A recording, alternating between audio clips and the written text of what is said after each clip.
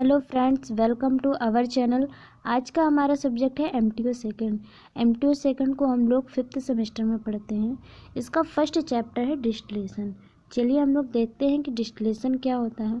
Distillation एक मास transfer operation है जिसका यूज हम दो बाइनरी सॉल्यूशन को थर्मल एनर्जी की हेल्प से बॉइलिंग पॉइंट के आधार पर सेपरेट करते हैं।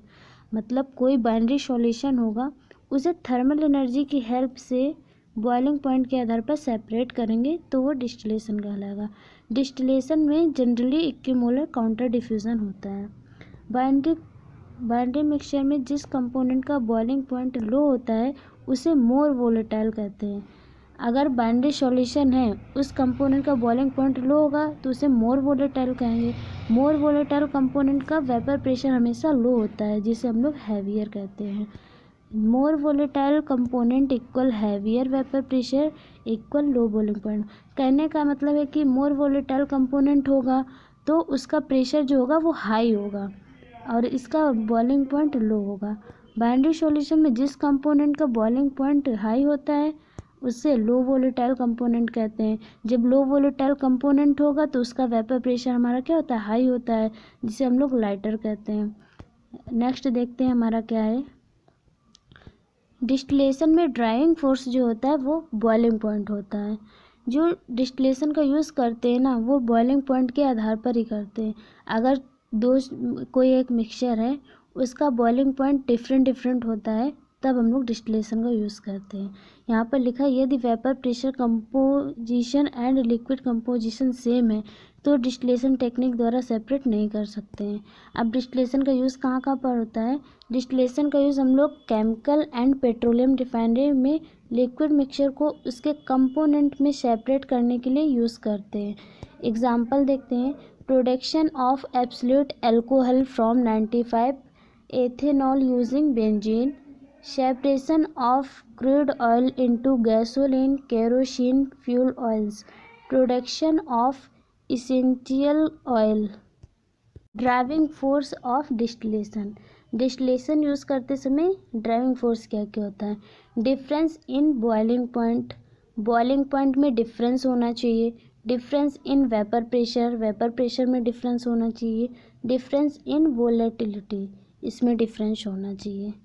Next, boiling point. जब कोई प्योर लिक्विड किसी निश्चित टेम्परेचर पर वेपराइज होने लगता है तो उसे लिक्विड का बॉइलिंग पॉइंट कहते हैं। कोई वाटर है, अगर यहाँ पर वाटर है, इसे हीट करते, जब गर्म करते तो जिस टेम्परेचर पे ये बॉयल होने लगता है, जिस पॉइंट पर, उसे बॉइलिंग पॉइंट कहते हैं और इस टेम्परेचर को बॉइलिंग टेम्परेचर कहते हैं। बॉइलिंग पॉइंट प्रेशर पर डिपेंड करता है, इसलिए बॉइलिंग पॉइंट प्रोपोर्शनल होता है प्रेशर के। प्रेशर बढ़ने पर बॉइलिंग पॉइंट बढ़ जाएगा, प्रेशर घटने पर बॉइलिंग पॉइंट घट जाएगा। ऐसा इसलिए होता है क्योंकि बॉइलिंग पॉइंट प्रोपोर्शनल होता है प्रेशर के। 1 एटमॉस्फेरिक प्रेशर पर किसी लिक्विड का boiling point normal boiling point होता है। नेक्स्ट देखते हैं यहाँ पर वेपर प्रेशर क्या होता है। वेपर प्रेशर, वेपर प्रेशर को मैं एक्सप्लेन कर रही हूँ। यहाँ पर वाटर है, ये वाटर है वेसल में, जब इसको हीट देते हैं तो यहाँ पर वेपर बनने लगती है। ये वेपर यहाँ पर इकट्ठे हो जाती है। इस वेपर द्वारा सरफेस पर जो परपेंडिकुलर फोर्स लगता है उसे वेपर प्रेशर कहते हैं। वही यहाँ पर डेफिनेशन लिखी है। इक्विलिब्रियम कंडीशन में लिक्विड की वेपर द्वारा लगाया गया प्रेशर वेपर प्रेशर कहलाता है। मतलब जो वेपर बनती है ना, जो ऊपर इकट्ठे हो जाती है, उसके द्वारा सरफेस पर जो भी प्रेशर लगाया जाता है, जो भी फोर्स लगता है, उसे वेपर प्रेशर कहते हैं। Raoult's law. किसी गैसीय मिश्रण के कंपोनेंट पर लगने वाला पार्शियल प्रेशर उस कंपोनेंट के मोल फ्रैक्शन एंड कंपोनेंट के वाष्प दाब के गुणनफल के बराबर होता है। राउल्ट्स लॉ को तो हम लोगों ने पिछले सेमेस्टर में भी पढ़ा होगा, वही है यहाँ पर भी। P A is equal to X A into P A, इसका फार्मूला है, देख लीजिए आप लोग। यहाँ पर इसका डेरिवेशन है, तो डेरिवेशन को समझते हैं हम लोगों ने कंपोनेंट ए के लिए यहाँ पर लिख दिया P A is equal to, component B के लिए हमने पी बी ले लिया। अब according to Dalton's law, Dalton's law क्या होता है कि सारे प्रेशर क्या होते हैं, इक्वल होते हैं।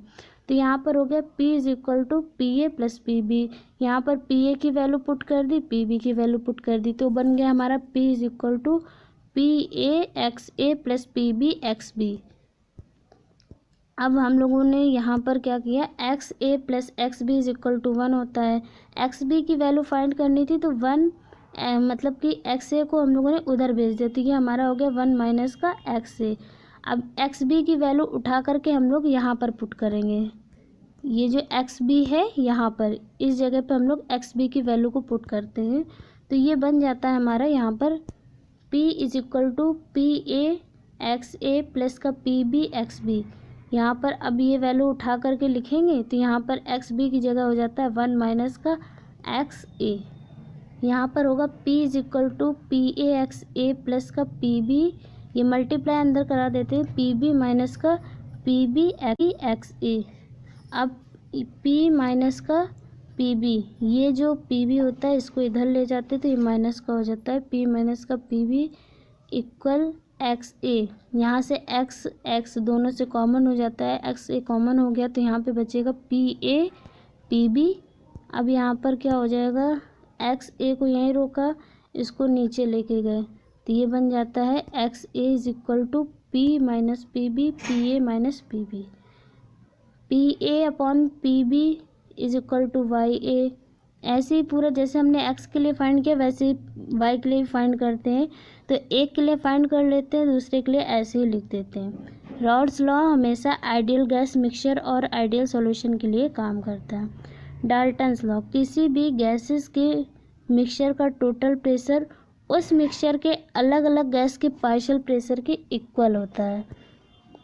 माना किसी गैस मिश्रण में ABC गैस हैं जिनका partial pressure PA PB PC PD है, तो डाल्टन्स के अकॉर्डिंग क्या होगा, P is equal to PA PB PC।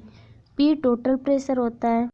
Volatility, किसी कंपोनेंट का पार्शियल प्रेशर और उसी कंपोनेंट के लिक्विड फेज में मोल फ्रैक्शन के रेशियो को वोलेटिलिटी कहते हैं। कोई लिक्विड कितनी तेज़ी से वेपर में चेंज हो रहा है वह उसकी वोलेटिलिटी कहलाती है। ये फार्मूला लिखा है, आप लोग इसको देख लीजिए। वोलेटिलिटी 2 टाइप्स की होती है, मोर एंड लेस। इसमें डिफरेंस है, डिफरेंस देखते हैं। High volatility and less volatility. High volatility में बॉइलिंग पॉइंट कम होता है, लेस में ज़्यादा होता है। हाई में वेपर प्रेशर भी हाई होगा, लेस में वेपर प्रेशर भी कम होता है। हाई में लाइटर कंपोनेंट्स होते हैं। आज के वीडियो लेक्चर में इतना ही डिस्कस करते हैं, इसके आगे के टॉपिक्स को हम लोग नेक्स्ट वीडियो में डिस्कस करेंगे। आपको चैनल अच्छा लगा और वीडियो अच्छी लगी तो चैनल को सब्सक्राइब कीजिए। Thank you so much.